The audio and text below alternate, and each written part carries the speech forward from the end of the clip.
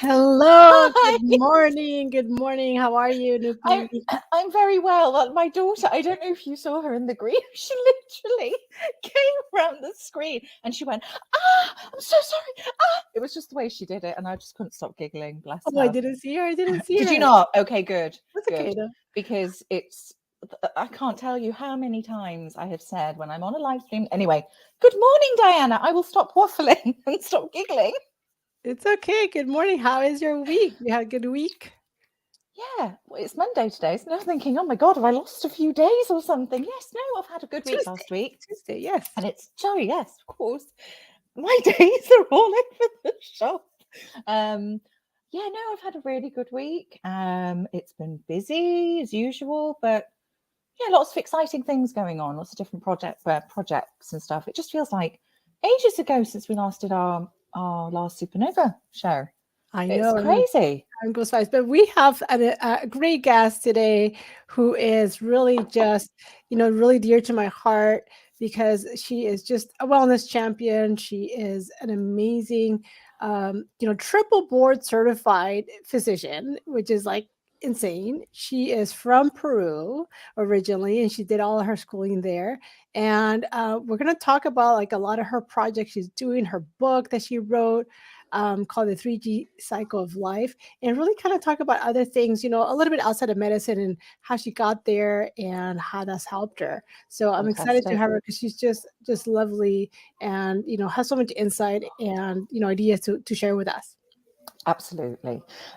So just for very quickly, before we bring our gorgeous guest on, Diana, tell everybody a little about you and what you're about.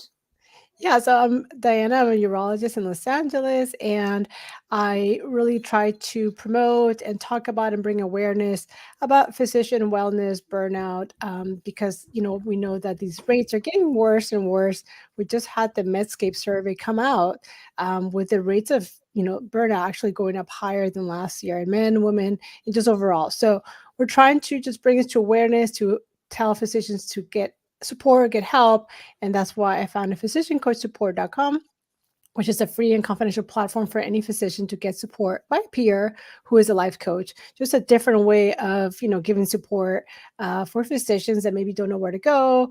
They don't think they need a therapist, but, can just help you reframe the situation Mm, and just kind of get you out of that overwhelm or spinning and just support because sometimes we don't know where to turn. And yeah, so this is just yeah. something founded to support each other. Amazing. I love that. I really do. Um, so I am a GP, general practitioner, and I'm also a spiritual and transformation life coach. And we really connected over our experiences of burnout and also having come through it. Mine was about 12 years ago now, but I primarily came on the platform on LinkedIn to really advocate for physicians Mhm. and like I do with patients and clients, that you can put your needs first. This is your permission to do so. And what next needs to happen. It is so vital that this message keeps on being reiterated because there are people struggling. And I was just reading again, it's heartbreaking when you read or hear of physicians committing suicide. It's awful. It's just awful. Anyway, I have a coaching program which is Find Your Fizz and Flourish, which is aimed at physicians, female physicians, as well as female executives. And I think, you know what? Let's just bring Miriam on. I'm dying to get her on. We can talk about what we do later. So please welcome to the floor. Oh, where are my shells? Hold on. Okay, I'll just do this. Come on down, Miriam. Miriam. Oh, welcome. I'm so Welcome. happy to be here with you, ladies. I know Diana for me for probably a year already, and Nupi, I know you through the LinkedIn, and we had the opportunity to meet a couple of times before, and I am fan number one, number two, number three of both of you. So, I'm so happy to be here with you guys, ladies. Oh, bless you, Miriam. It's been gorgeous to get to know you. Like you said, I know you via Diana. And it's gorgeous. Thank you for coming on. Thank you for having me. Oh, Yeah, no problem. and we really want to just, kind of talk about how you even, became like really like a wellness champion and mental health ally, and how did that sort of came about. I mean, we actually have a prior history. We used to work at the same place when I lived in Miami. So that's even how we connected. We're like, oh, we used to work at the same place, and just the challenges with some, healthcare organizations and how wellness is prioritized or not, or what you can do. Or sometimes, you can get therapy, you can get coaching, all that, but sometimes the situation may not change, and sometimes you have to change something, because there are some places that are not going to prioritize that. So I think we really kind of talked about what can we do, when it's not like about getting coached anymore or getting therapy, but really maybe the system is not one where wellness is really supported, or prioritized. And what you are saying is so important, because many times we think that the problem is us, right? And we have been induced, gaslight, to think that we are weak. We were not enough good, enough strong for the challenge, right? Or we are women, and because our periods, or because we are pregnant, we are not good for the challenge, right? But the truth is that, like many other physicians and healthcare workers, I thought that was real, and I pushed myself to the limits all the time. And I believe I was very successful on playing the game. When things were, more or less okay, and until COVID, I played the game under their rules, and I succeed. Maybe because I am, hyper, or I have no idea. Who knows, right? But I was able to play it and get, good results. But I feel like when COVID came and all of us, we were pushed to our limits, and we saw the reality, and compassion fatigue was part of the combination. And then people was less politically correct, less polite, and you started to see the real colors and flavors of individuals around you, and also the colors of the institution where you were working. We all discovered that there were things happening behind the scenes that were affecting at some point just a few little people here and there, but at some point we were all affected. And at that point, you had this group of people that decided to close their eyes and ignore it. And, because of many good reasons, fear of retaliation, they have family at home, they have bills to pay. Whatever the reason is, I respect that. I will not be the one to judge. And then you have the other ones, like me, that decided that they cannot shut up and they have to do something about it. And again, real colors, real flavors in front of us. Mm-hmm. And I feel like it was disappointing in many levels, but also eye-opening for many of us. And for me, it was good. Painful, but very good. Yeah, I can totally resonate with that. Absolutely. And I think what you've highlighted there is it's this ingrained feeling of, oh, I can only do this because this is what I know. And you sort of close your eyes and heart and mind to what else there is. And I remember feeling the same way a few years back. And this is why I love having different guests on, because at one point I remember thinking, what else could I do? I don't know what else I could do. Oh, you know what? Maybe it's not as bad as I think. Maybe I'll just keep on going.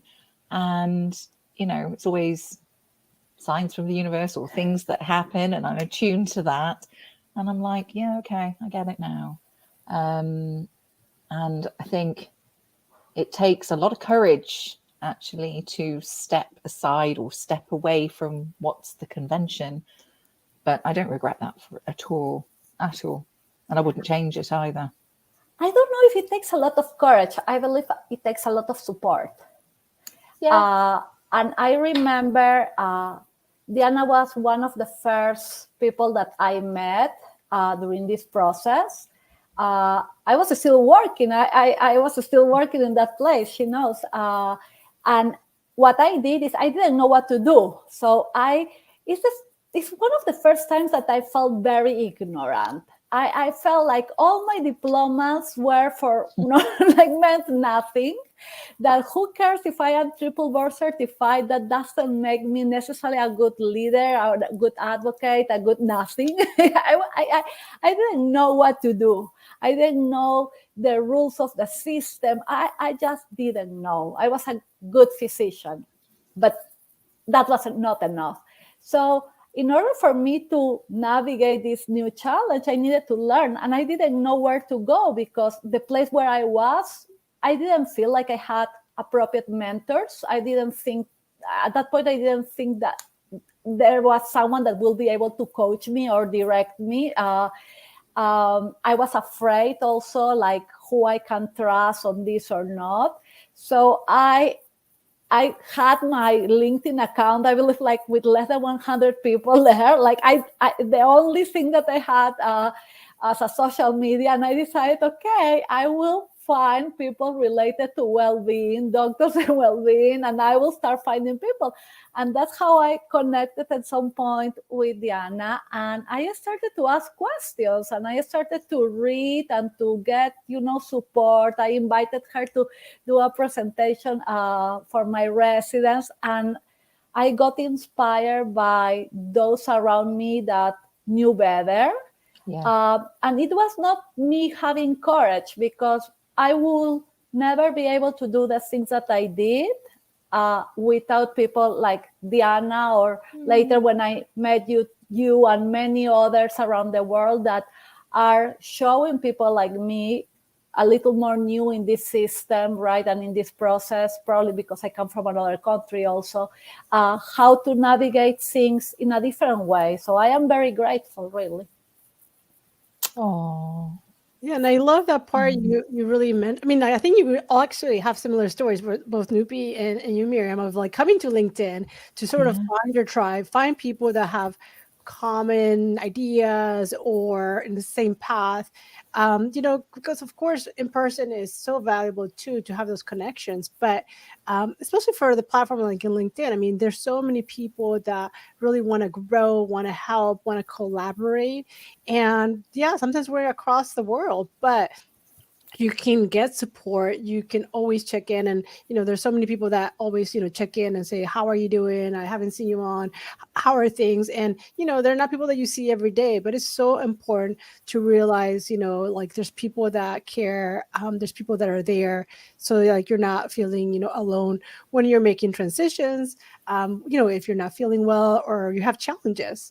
And I think that's really important about realizing that it's still a great tool to connect with others. And what is very interesting is that with LinkedIn, what I found out is that I didn't have to fit anymore. I started to belong. And I know that sounds very bizarre, right? Because this is a virtual world. It's like very abstract. But I found people that had not exactly the same, because you don't want to be with people that is exactly like you will never grow, but that had the same values, they have the same similar goals, and that are there, and you don't need to shape yourself, cut yourself to get in that puzzle. You belong to that big puzzle, right? And you are not judged in any way. So finally, after feeling that I was weird in so many levels, right, in my life, and that I was doing crazy stuff, and I found a group of people that made me feel that I belong, and they become, in many levels, not only friends but families. Yes. I will call them, or I will just text like, "Hey, I'm having a bad day," or "Are you okay?" Right, and that is so valuable, so valuable. Oh. Yes, absolutely. And oh my goodness, it's so true. It's that it's like-minded and it's heart-centered. And that could be a physician, it could be, somebody in business, it could be an artist, a poet, it doesn't really matter. And as Diana said, I was completely new to this social media stuff. And when I came on, I was just like, oh my God, what do I do even? And then I just thought, hold on a minute. My whole career has been based on connection and communication. And that's my strength. It's one of my main strengths. And that's exactly what I did. I just started to make friends in comments and go, hi, yeah, I really, and that's how Diana and I met, like going, oh my gosh, yes, yes. And I can't, that's who I am. And I've always been like this. It's not like I've sort of pretended to be anything else, but coming onto LinkedIn, oh my word, it's just this power of connection and just finding the people. Well, people gravitate when you've got shared values, you're writing about similar things, you've got similar interests. It's amazing. I'm so grateful for the friendships and that I have on LinkedIn.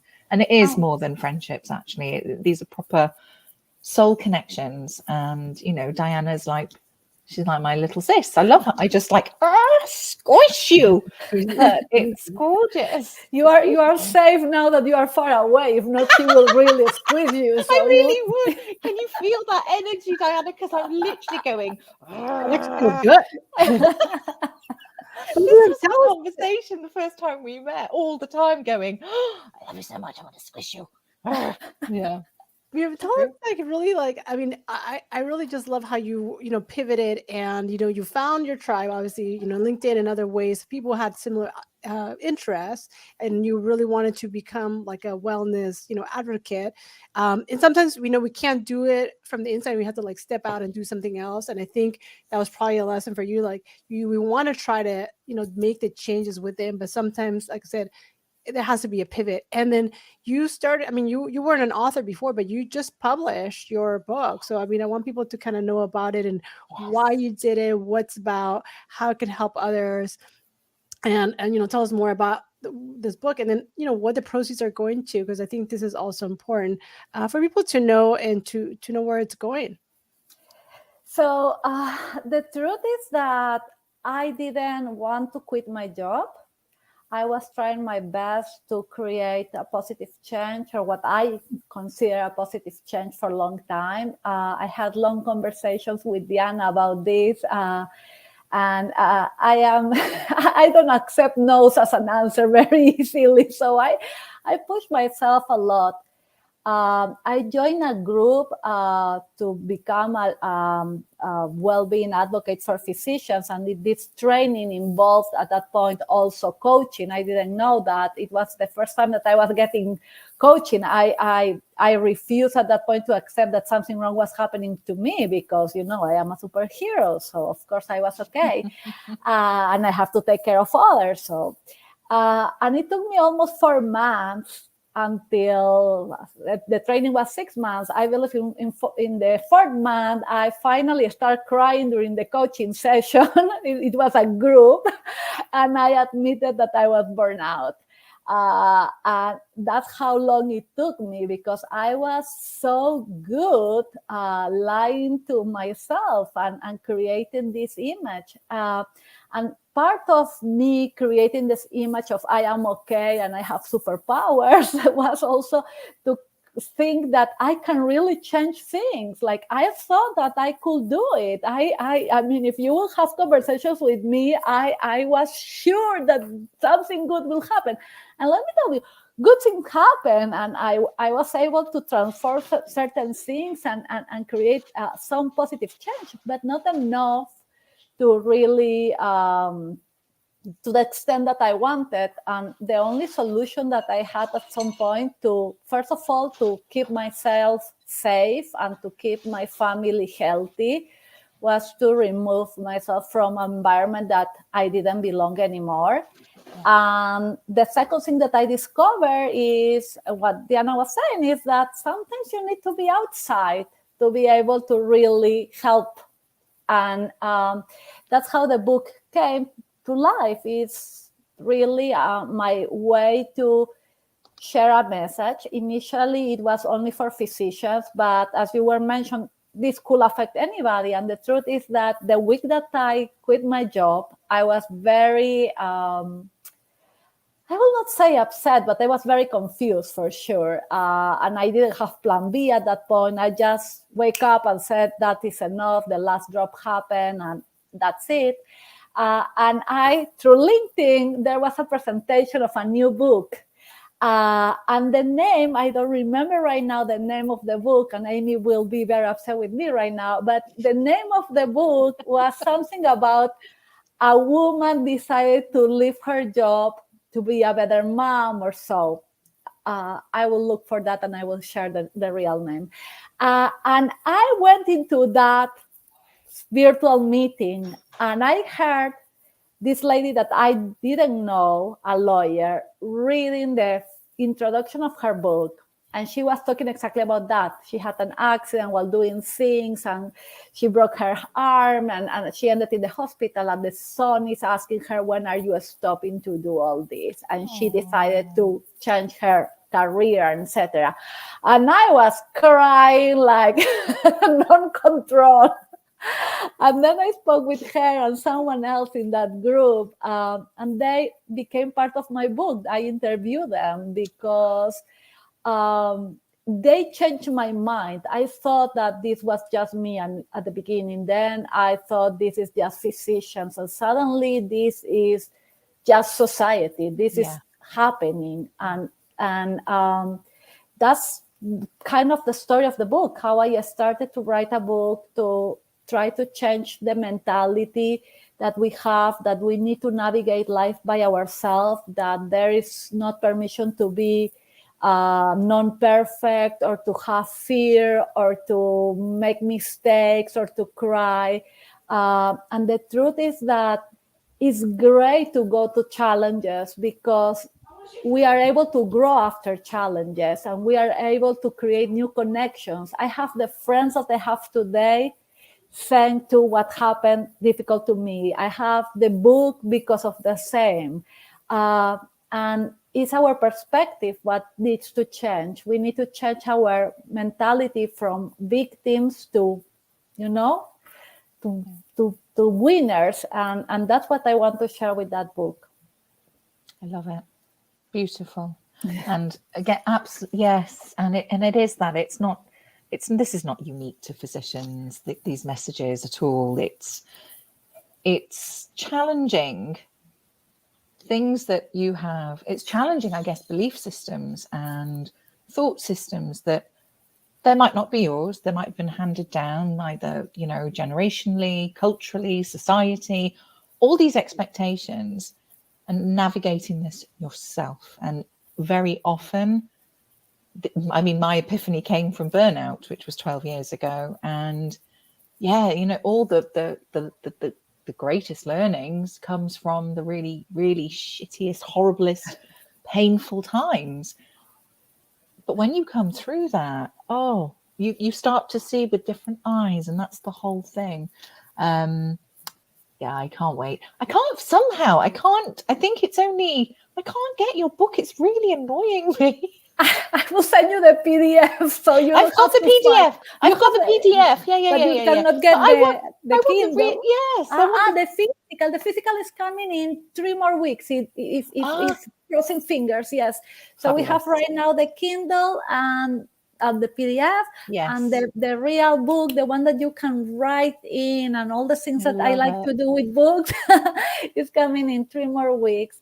Which I believe that people may probably enjoy that version more because as it is interactive, you will be able to really interact with the book a little more than when it's a Kindle. But everybody has their own way to do things. So I like to touch the book. I'm very, and I eat the corners, and I just need to. I just do.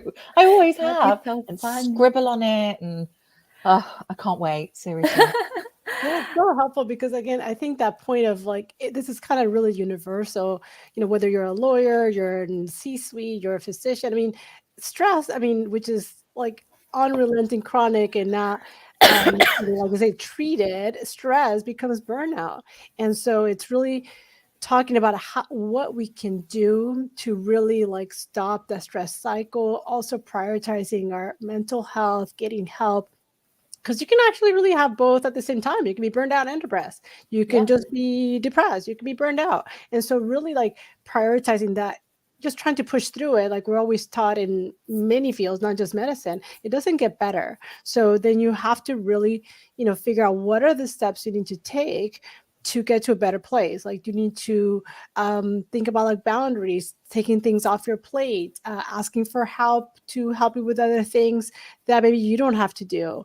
Really, again, medically, psychologically, or coaching wise, like making changes, figuring out, what can be more efficient, or what's sort of your pain point of like what's kind of weighing you down and stressing you, so that you can just get to a better place. And I think, like I said, these things are so universal that can really help, all of us, no matter what your field is. So, and then your book has, like you said, a lot of prompts where you can reflect and write things down, which is so important to reflect and think about, like, okay, what do I need to change? How are things doing? Like doing like that inventory of like where things are to see where you have to make that change. So I love that part of the book. Yeah. And it Thank boils you. down. Oh, sorry, Miriam. No, Go on. thank you, Nupi. No, what I want to say is that sadly in medicine, we never created or we never learned how to do things with certain processes, right? If you go into the engineering world or the non-humanitarian world, let's call it like that. And even in medicine, protocols for treating sepsis, but no protocols to feel better, to heal ourselves, right? There's nothing about that. Yeah.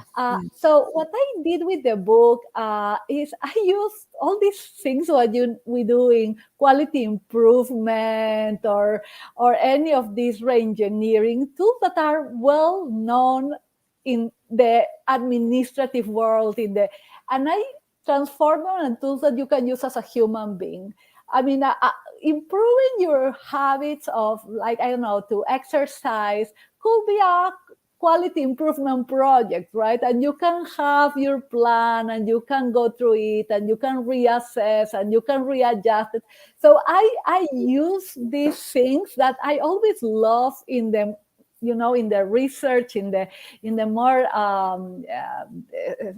processes, in projects for us, like if we are the project. And I found that gives me a little more of, it's an unbiased perspective. I can remove certain things that are emotional and see it like in a more practical way, which I need, by the way. And I feel like it's helpful. And I had people from the engineering world reading my book, which was very funny. And actually, one of them, they told me, you don't have the Eisenhower table. And I was like, what is that? And he's like, well, it's the way to do priorities. If you want to have a better life and select boundaries and, and reduce the stress, you need to set priorities. So I went to study about the Eisenhower table. And actually, just a few weeks before the limit to give the book, there is a complete part of the book that talks about how to use Eisenhower. I love it.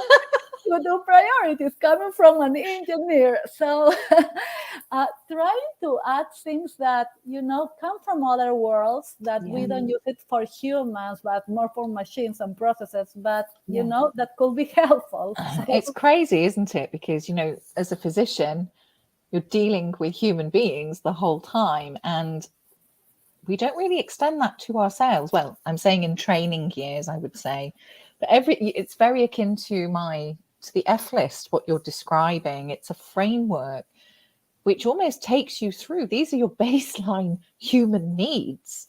And it's a prescription to say, okay, this needs to be in balance. It's not just your physical health, it's emotional, psychological, spiritual, all of these. And it's understanding that, because at the end of the day, it comes down to self.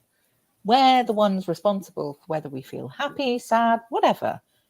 And once you start knowing these principles, you really can change how you view the world, view yourself, and navigate and change your trajectory in life. We need to do something before, and I believe that that happened to me during COVID is at some point I realized that being altruistic, that is something that, I saw that was my obligation as a physician. Someone introduced that in my mind, right? When I went to medical school, you need to be altruistic. You need to forget about you, your needs, your family, whatever, whatever has me involved is not valid anymore. Everything is others. And I grew up believing that. And in my case, in Peru, you go to medical school when you are 17, 18, right? So for 8 years. So that's what goes inside of your brain. You're and a that's kid. Yeah, you are a baby. kid. Yes. Yeah. Your prefrontal lobe is not even completed, right? So, and I thought that was my role and my obligation. And it took me a lot of effort to understand, and I believe me, I'm not there yet. I'm still trying to understand that I should be priority, and so I can do everything else. You want to be altruistic, great, but start with you, because there is not altruism without you. And I feel like we have been missing that part in medicine and in many other careers, where we focus in what we will do for others, or to make others happy, or to look well in front of others, and we just neglected ourselves and who we are. And people need to get your book, basically. I think we've got all the details down. Our wonderful producer is going to be putting down how to get hold of you, the details of the book, etc., etc. So thank you. So I could listen to you for ages, so I think we're going to have to get you back on for sure. I can't wait. I cannot wait to get my real copy of your book. Thank you so much for joining us today. Seriously, it's been amazing. Just any last words that you want anybody to know? Thank you, both of you, for being an inspiration for me, for supporting me and allowing me to dream and think that I can do better, and I can fly, and I can, I can create. We all need in life people that inspire us. And if you didn't find yet one, go for it. Find an inspiration, because that will change your life tremendously. Yeah.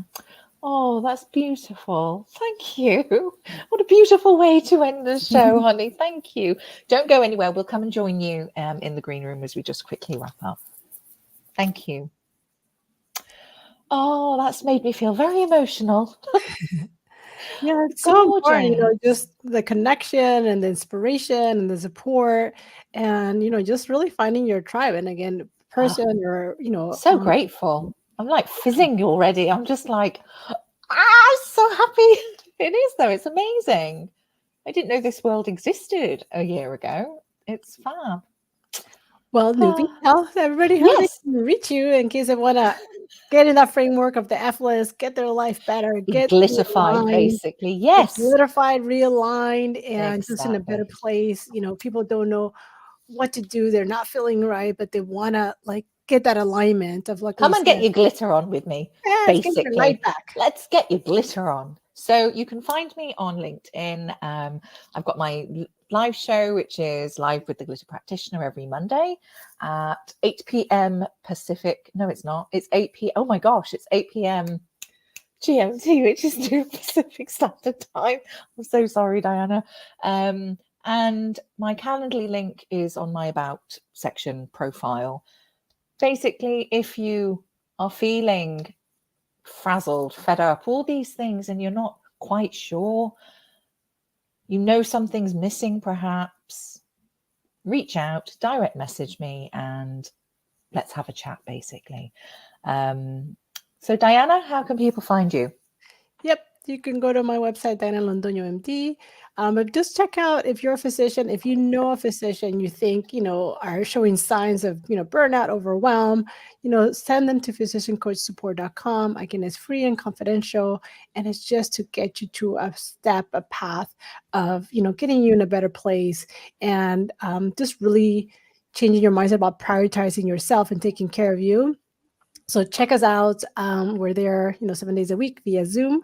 And we can't wait to see you in a couple weeks when we have another amazing guest coming up, talking about just some important things with relationships. So they're my favorite people in the whole wide world. I love them. It's going to be great. Stay tuned because they are amazing, and we'll be sending all the details soon. But I will see you guys all in a couple weeks.